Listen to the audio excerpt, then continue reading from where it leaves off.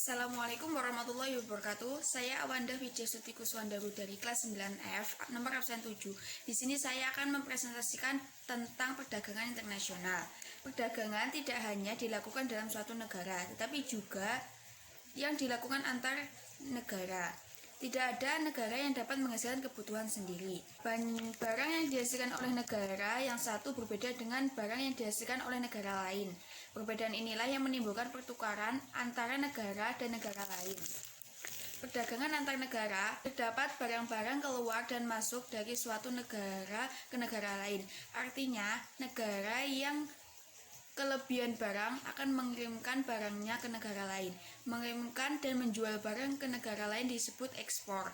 Negara pelaku ekspor disebut eksportir. Masuknya barang dari negara lain ini disebut impor.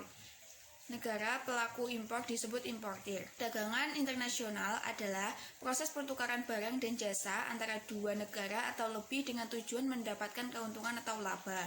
Perdagangan internasional dan perdagangan dalam negeri sebenarnya kegiatan yang dilakukan sama, yaitu pertukaran barang dan jasa.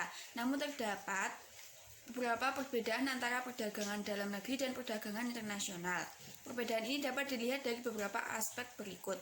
Perdagangan dalam negeri, kegiatan dilakukan dalam wilayah suatu negara. Penjualan dan pembeli cenderung bertemu atau interaksi langsung.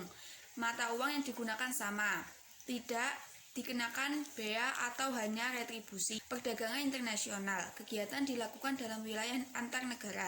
Pembeli atau penjual tidak berinteraksi secara langsung. Mata uang yang digunakan berbeda sehingga menggunakan devisa. Dikenakan pajak atau bea masuk. Faktor pendorong terjadinya perdagangan internasional. Pertama, perbedaan SDA yang dimiliki oleh setiap negara. 2. Perbedaan tingkat kualitas sumber daya manusia. 3. Perbedaan ilmu pengetahuan dan teknologi. 4. Perbedaan budaya suatu bangsa. 5. Perbedaan lain yang memengaruhi perdagangan internasional. Manfaat dan hambatan perdagangan internasional. Manfaat perdagangan internasional sebagai berikut, yaitu setiap negara dapat memenuhi kebutuhan akan barang dan jasa. Setiap negara dapat menciptakan spesialisasi produk. Penduduk dari negara yang melakukan perdagangan akan mendapat barang dengan mudah dan harga murah. Mendorong kegiatan produksi. Setiap negara dapat meningkatkan hubungan persahabatan antar negara. Kegiatan produksi dapat meningkatkan sehingga perusahaan bertambah maju dan membuka kesempatan kerja.